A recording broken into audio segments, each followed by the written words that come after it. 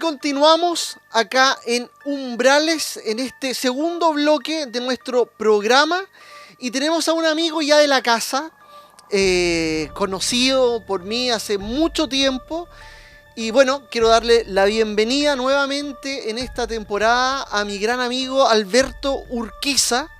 ¿Cómo estás, Alberto? Muy bien, muy contento de estar nuevamente en el programa contigo. La verdad es que muchos años de conocernos, mucha agua ha pasado debajo del puente, así que estoy muy contenta de estar en Umbrales nuevamente, again, otra vez, y Oye, acompañando a toda la gente Para que mí, para mí siempre es un gusto tenerte y conversar contigo en este programa. Bueno, y cuando se dé también, siempre conversamos ahí por teléfono cualquier cosita. Oye, amigazo, lo que nos convoca el día de hoy es un tema apasionante. A los dos nos gusta mucho y tiene que ver con objetos fuera de tiempo o más comúnmente llamado OPARTs. Quiero que hablemos acerca de este interesante fenómeno y que tú nos des tu apreciación como investigador de fenómenos anómalos. Bueno, tú eres cientista político también, profesor maestro de biocuántica y tanto otro título que tiene mi amigo Alberto. Pero ahora quiero que nos centremos en los OPARTs. Para la gente que no sabe de qué estamos hablando, qué está diciendo Hugo Mazuela, que es un OPART. Alberto, instruyenos. los OOPARTs son objetos que encuentra la gente en nuestra historia, en nuestra civilización, que no corresponden a la época de la cual se dice que provienen. Por ejemplo, encontrar un martillo que tiene 3 millones de años de antigüedad, encontrar un reloj perfectamente que guía absolutamente según las estrellas, según los movimientos estelares de hace 2000 años, un computador que está hecho mecánicamente, muchas cosas. La verdad es que estamos sorprendidos porque se hallan situaciones que a uno nos sorprenden porque no corresponden al tiempo en el cual aparecen. No son de ahora, son de hace miles, decenas de miles, centenares de miles o millones de años atrás y están fuera de lugar. All parts, fuera de todo lugar en un momento determinado. ¿Y qué quiere decir? Es que tiene una implicancia.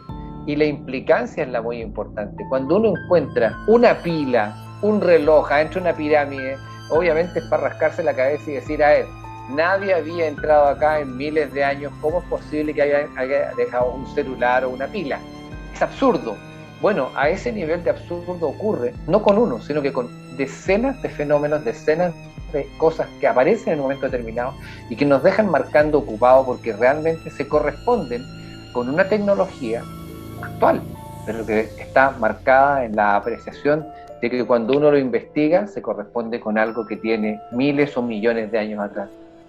Oye, Alberto, nosotros sabemos que la mayoría de estos objetos fuera de tiempo, ya sean martillos extraños que aparecen incrustados en una piedra prehistórica, que es extraño, pero aún así la ciencia desacredita todo este tipo de descubrimientos. ¿Por qué crees que se da este fenómeno? ¿Por qué crees que este tipo de descubrimientos la ciencia no los toma en serio y de hecho los toma casi como una broma o algo que no amerita mayor investigación?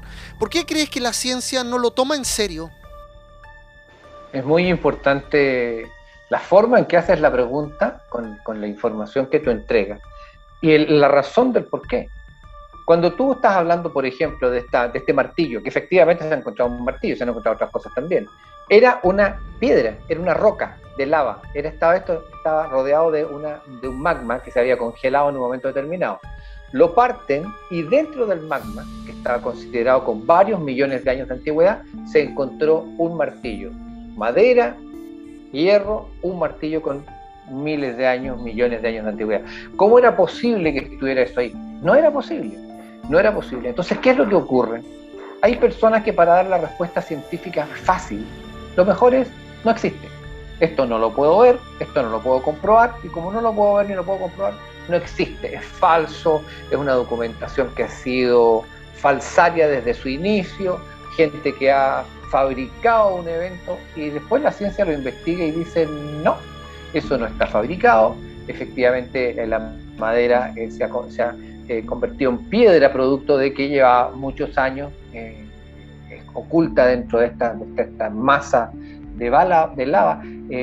El hierro es hierro, debiera tener unos 1500 años de antigüedad, y no los tiene obviamente millones de años. Para el científico, para la persona que está haciendo una investigación, es más fácil decir no es verdad y desacreditar la familia, la persona, los estudios de quien está exponiendo el caso. Pero hay un problema. Normalmente el escéptico no busca razonamiento, simplemente piensa que es falso, piensa que no es real, piensa y se queda con eso, queda pensando, pero no hace concreta una sinapsis en la cual el cerebro se mueve para provocar una idea que puede llevar a solucionar un problema y explicar que esto se corresponde con algo que no tiene explicación para nosotros hoy día. Es como hablar de la antigua Grecia, Helena de Troya. No, eso es un cuento, es una aventura, es un libro, eso no tiene nada de verdad, eso es totalmente falso. Hasta que de repente un científico haciendo investigación de otras cosas se encuentra con la ciudad de Troya, y Troya hoy día sabemos que es verdad, y cuando uno lee el libro dice, wow, eso pasó ahí. Sí, pero hace 100 años era falso, eso no era real, era solamente una aventura escrita, no tenía razonamiento. Ese es el problema del escéptico, ese es el problema, miedo. Es una verdadera neofobia, les da un temor a las cosas nuevas, y como le tienen tanto miedo a las cosas nuevas, lo rechazan, y todo el que lo acepte es malo. Claro, toda la razón, ¿eh? Porque imagínate que se llegara a descubrir que esto es verdad, cambiaría completamente el paradigma ya de lo que se tiene pensado desde un principio. Entonces es muy difícil para la ciencia en algún punto aceptar este tipo de objetos que los llaman fuera de tiempo. Acá está, mira, artefacto u objeto fuera de lugar, out of place artifact, que es lo que es el nombre técnico del OPART, es la sigla, llamémoslo así. Pero ¿cómo podemos diferenciar un OPART real de algo que puede ser cualquier cosa, Alberto? ¿Cómo se diferencia si yo estoy caminando por la playa o en algún lugar X y logro encontrar algo extraño? ¿Cómo identifico eso? ¿Sabes qué? Cuando uno ve lo que la ciencia y la tecnología ha avanzado hoy día, y ¿qué te parecería que yo te dijera que los templos en la antigua Grecia tenían puertas automáticas? Que los griegos usaban ascensores. No, es ridículo, eso no puede ser. No, cuidado. Ellos tenían, gracias a grandes científicos, a grandes investigadores, a grandes que no eran profetas, viejo, eran científicos de verdad. Sí tenían puertas que se abrían solas. Tenían su sistema absolutamente físico, con vapores, con un montón de cosas. Tú le ponías en la boca a un ser, a una estatua, le ponías una moneda y las puertas se abrían. Me estáis tanteando. No, se hacía con pesos, con sobrepeso, y lo hacían en polea. Hacían cosas que realmente eran impresionantes. Sí tenían puertas automáticas, igual que las que vamos a ver nosotros en nuestros malls, en todo. Igual, ellos ya las usaban. Los ascensores exactamente igual, y no habían un par de enanos que estaban ahí moviendo a las cuerdas. No, usaban distintos tipos de tecnología. ¿Qué es lo que ocurre? Que hay mucha gente que yo acabo de decir esto, y hay mucha gente que me tiene que haber pensado, me estáis tonteando, ¿cómo los griegos van a tener puertas automáticas y ascensores? Pues las tenían. Es cosa de ver en la antigua Roma, por ejemplo, cuando en el Coliseo romano se llenaba de agua y ponían barcos. La mayoría de la gente piensa que tenían solamente una arena donde corrían alrededor de ahí o se ponían a pelear y se mataban entre ellos. No, ellos imitaban batallas, llenaban de agua esos pozos increíbles que estaban a la altura del público y metían barcos, y los barcos combatían replicando lo que era la historia. Pero ¿cómo pueden haber hecho eso si para nosotros sería hoy día muy difícil hacerlo? Para nosotros sería súper difícil hacerlo, pero los romanos lo hacían, no porque para nosotros sea difícil. Y estamos hablando de 2000 años atrás, es decir, ni tanto tiempo. Cuando hallamos un efecto como por ejemplo Anticitera, en Grecia justamente, Anticitera, uno dice, ¿cómo puede determinarse uno que es verdad o que es mentira? Bueno, la ciencia, la investigación científica demuestra en los análisis que eso es real. Y eso tiene más de 2000 años de antigüedad y nadie se explica cómo una especie de, entre comillas, computadora absolutamente tecnológica estaba un día en esa época. ¿Quién mierda le pudo hacer eso como un reloj, con micropartes, con movimientos maravillosos que seguía los movimientos estelares, que te daba la hora? Hace 2000 años, 3000 años. Claro, ¿De qué estamos hablando? La tecnología anterior, estoy hablando de Mesopotamia, incluso tenían tecnología increíble que para nosotros ahora es impensado, como tú mismo decías, ascensores, relojes, ampolletas, que ellos ya lo habían creado. Ampolleta, o sea, cuando yo en mis charlas, a ver, yo soy conferencista sobre estos temas desde el año 2000, o sea, 21 años atrás que llevo haciendo conferencias sobre misterios, sobre fenómenos extraños. Y en mis primeras conferencias yo le hablaba a la gente y le mostraba las pilas de Bagdad y le mostraba las pirámides egipcias y les exponía que los egipcios tenían luz eléctrica, igual que las nuestras, igual que la que nos ilumina ahora, la que nos permite poder observar estas imágenes a través de un celular. Entonces, pero ¿cómo ellos van a tener en Bagdad, en la antigua Persia, o en Babilonia y en Egipto van a tener luz eléctrica? Tenían luz eléctrica y está probado. Es que está probadísimo. Los muros limpios dentro de pirámides que tenían que construirse con antorchas habían dejado quemaduras, hollín, porque además no las construían en un día, se demoraban años en hacerlo. Entonces, no importa cómo las construyeran, tenían que iluminarse de alguna manera y no hay ningún rastro de humo, de smog, de contaminación, de hollín, de que algo se había incinerado adentro. ¿Y cómo lo hicieron? Porque ellos mismos, cuando uno va a algunos templos, se encuentra con estos dibujos donde hay tallados en piedra, en los cuales hay personas que están sosteniendo unas ampolletas muy grandes, que tienen unos filamentos que son como una especie de serpiente, y que tienen unas máquinas con cables que son las que transmiten la energía eléctrica. Y están las pilas de Bagdad que comprueban esto en la Universidad de Princeton, el año 1996 o 97, utilizó las mismas tecnologías con elementos de la época, barro, papeles y cosas que tenían en esa época, y logró generar energía eléctrica suficiente para prender una bombilla, como decían ellos, una ampolleta. Perdón, eso está totalmente probado.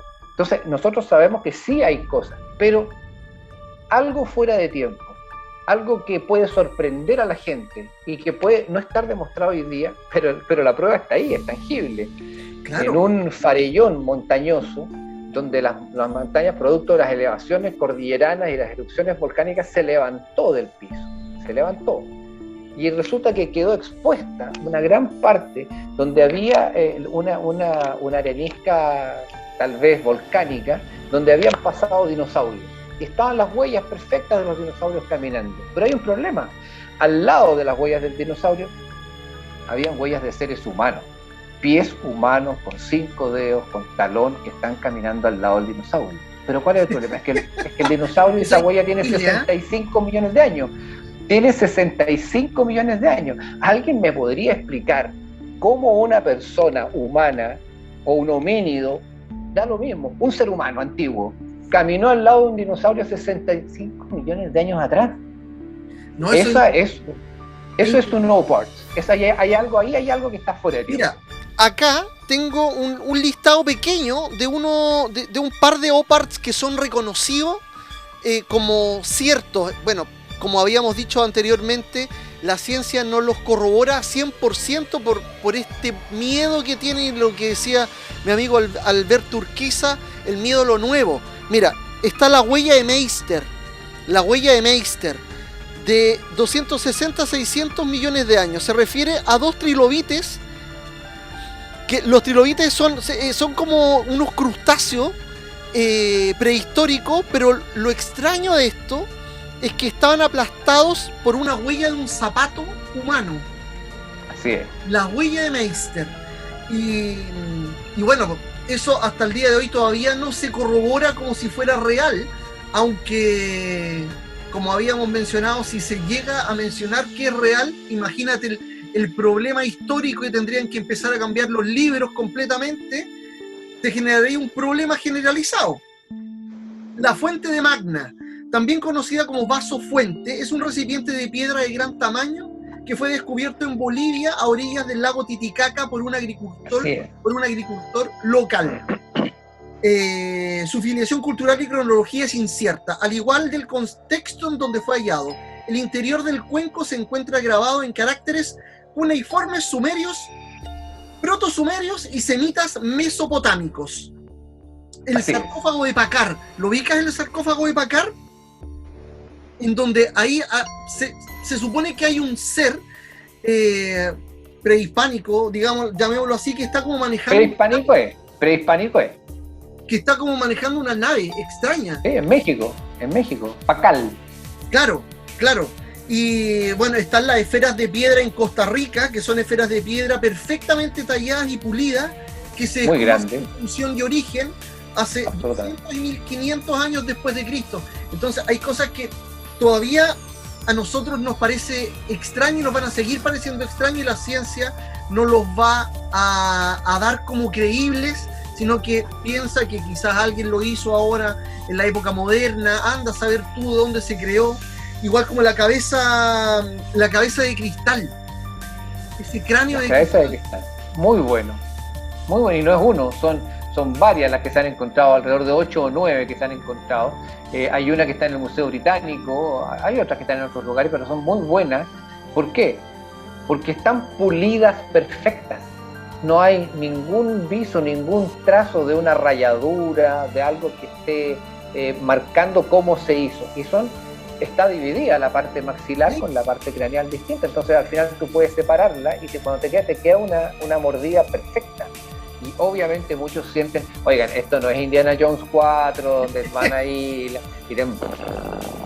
y le manda señales especiales. No, es una película. Puede dar ahí una explicación media ridícula acerca de esto, pero no funcionó así, no funciona así.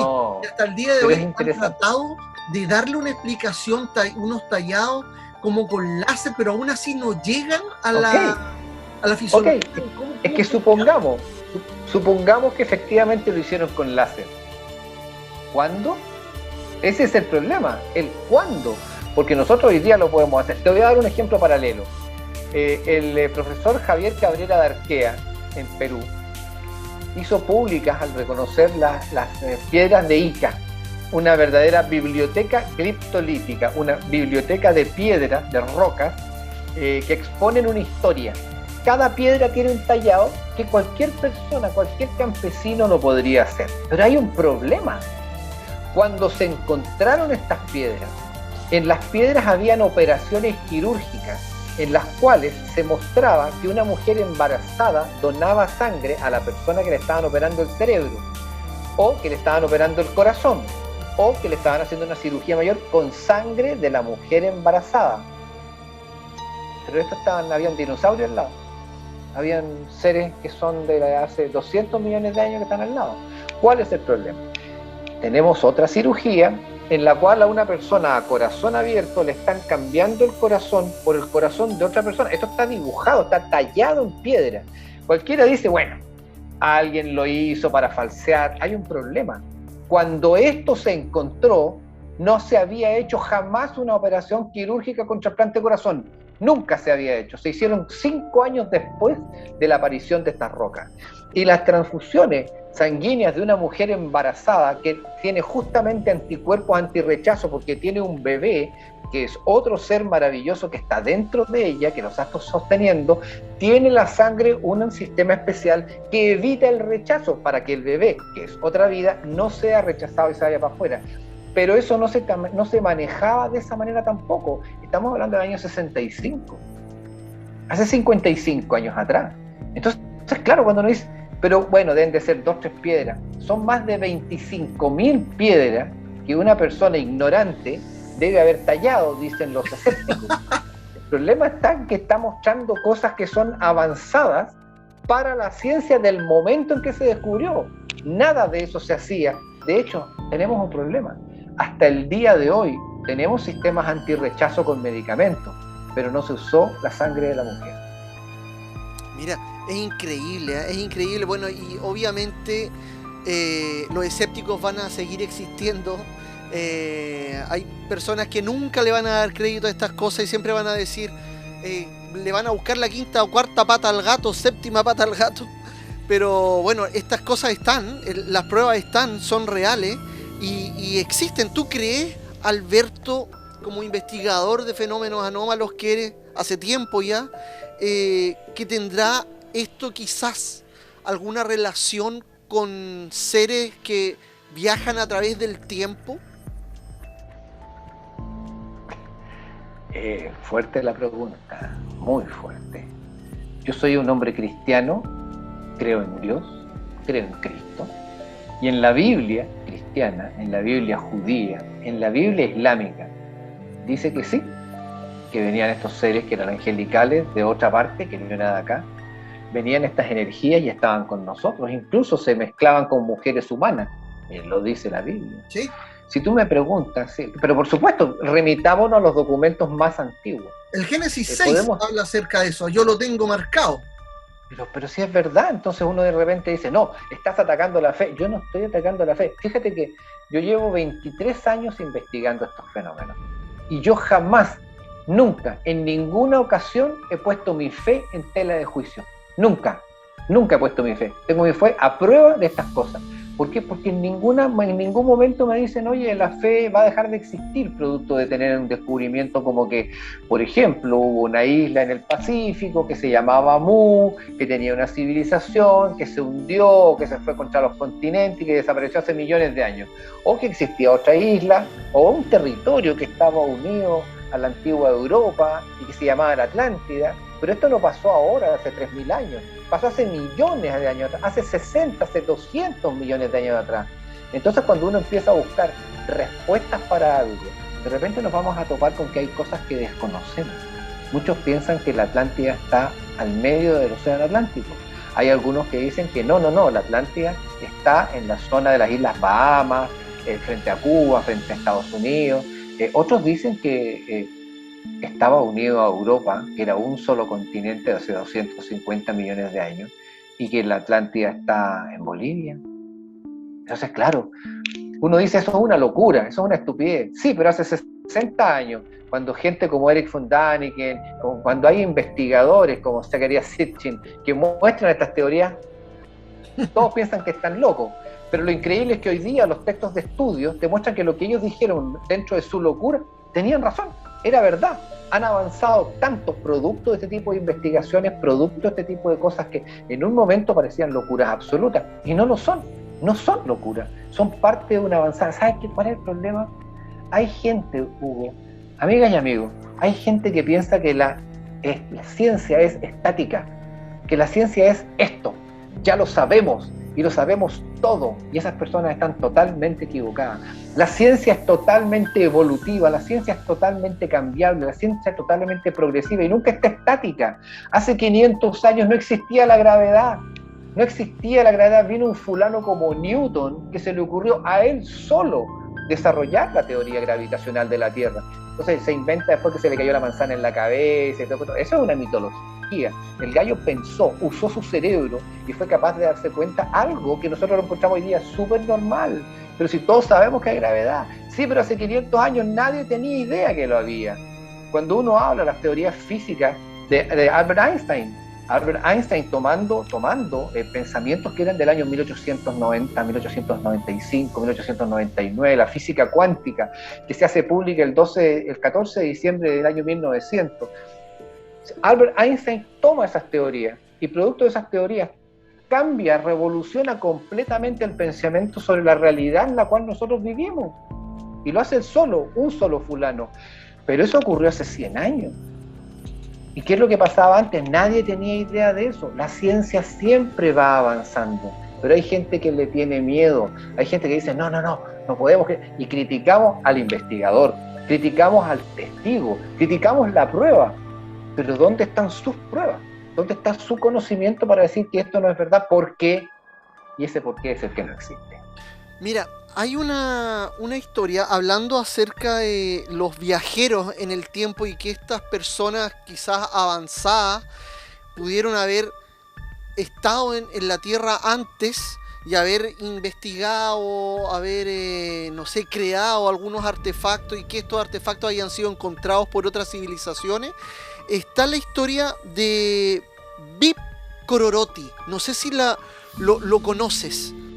No, no lo ubico. Mira, en la selva del Alto Amazonas existe una tribu conocida como los Kayapo.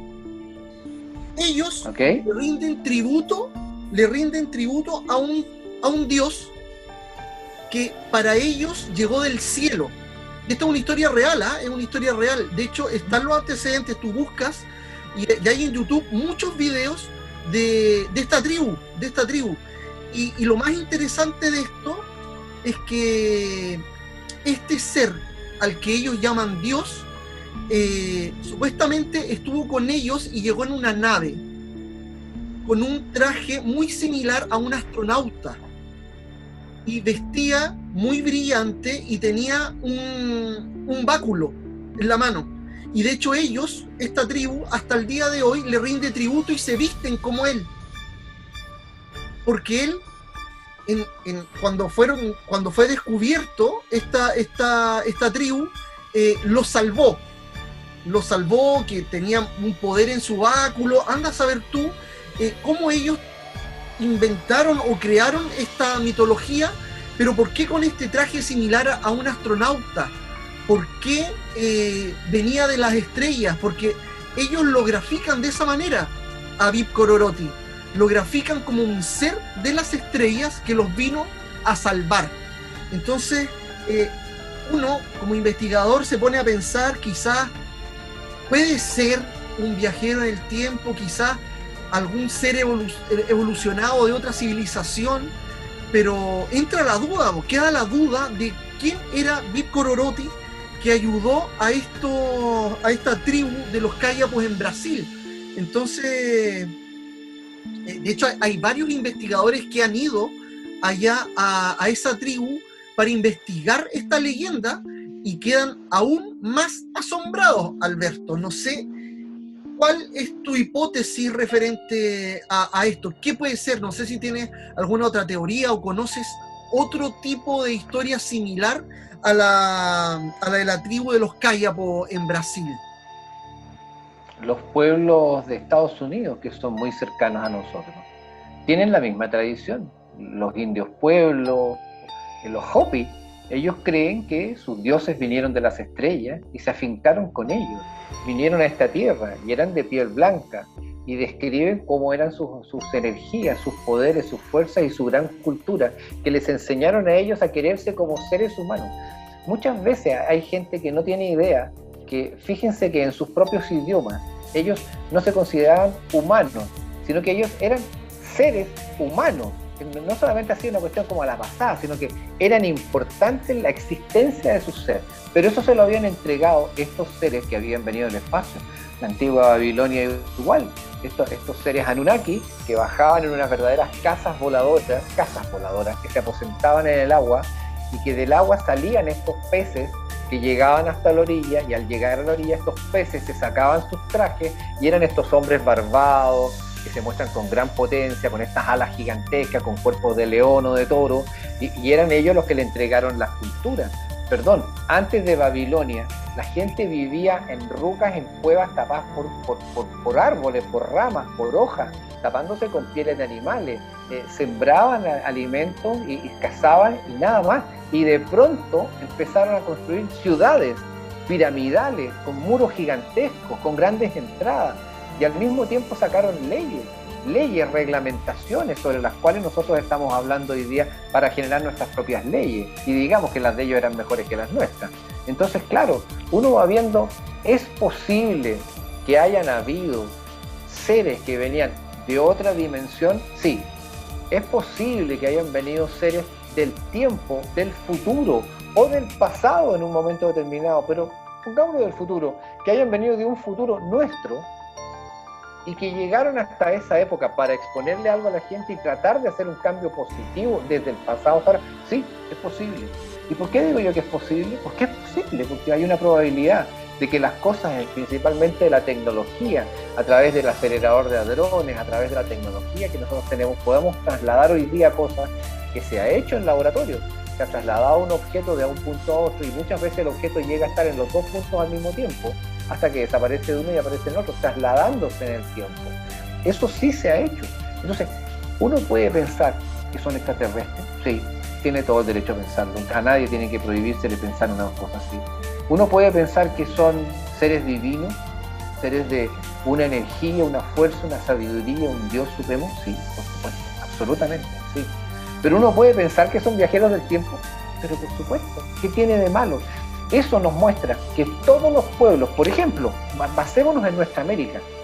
En América la gente le tiene una gran admiración al poder de las estrellas, le tiene una gran admiración, de hecho, los símbolos de la primera cultura conocida en nuestra época, cultura como civilización, que es la Tiahuanaco, no los incas. Hoy día se hacen tremendas películas con los incas, por Dios, y los incas son los continuadores y después de mucho tiempo de la cultura Tiahuanaco.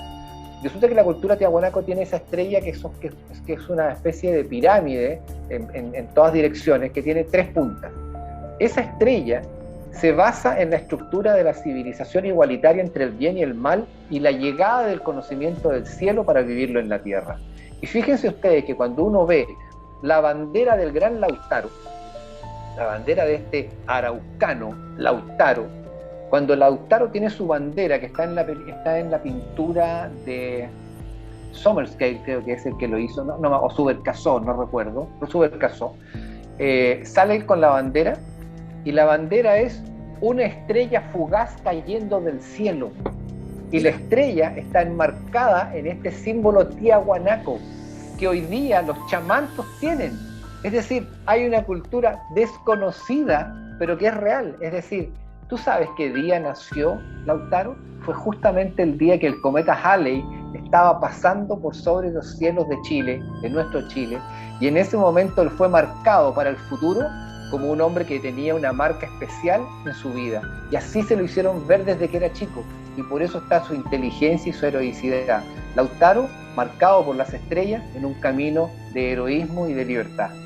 Mira, viste, hoy Alberto, este tema da para mucho, incluso me estaba acordando, bueno, ya estamos terminando el programa del día de hoy, no, sí, es que estos temas dan para rato, y de hecho hay varios cuadros antiguos en donde también aparecen naves flotando, Sí, digo, sí. pero son cuadros antiquísimos del Renacimiento.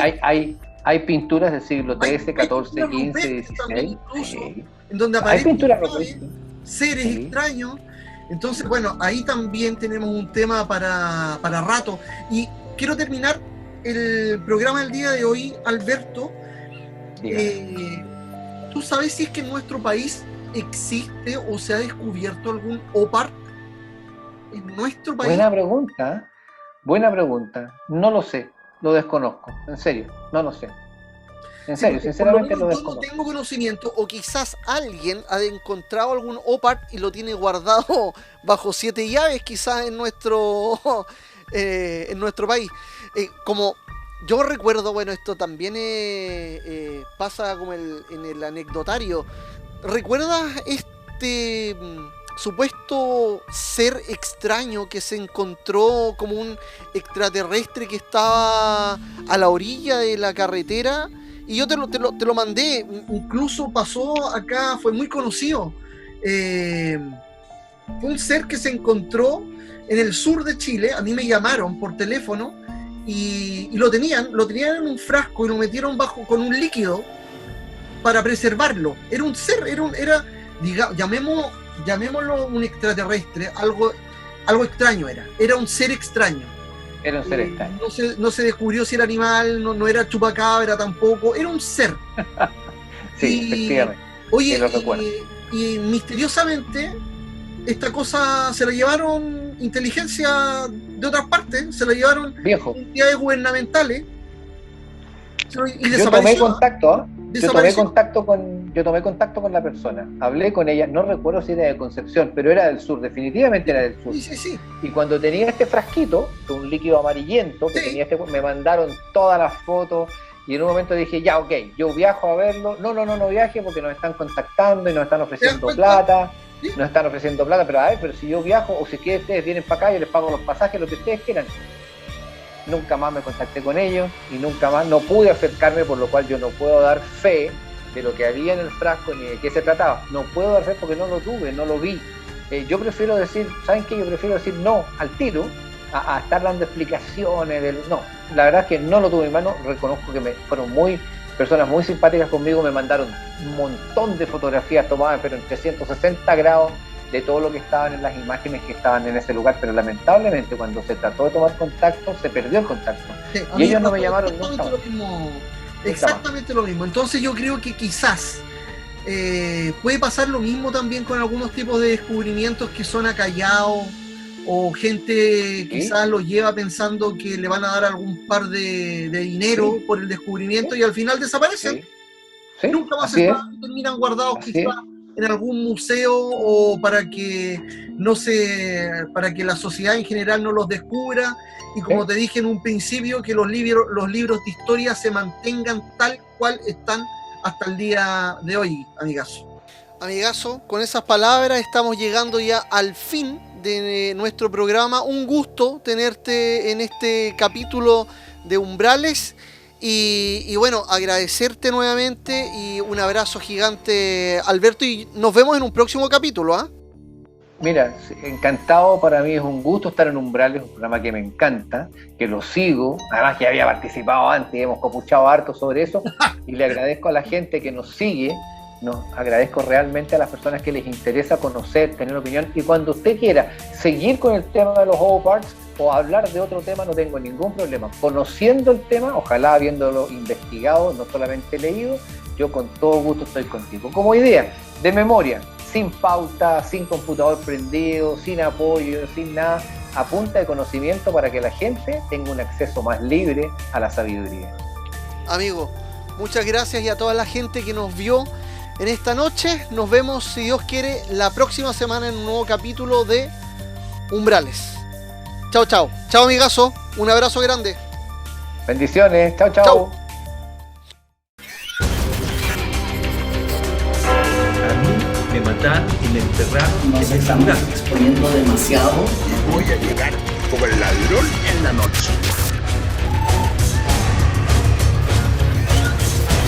Para poder generar un equilibrio adecuado, hoy día tenemos muchos problemas. No están realmente identificados como reales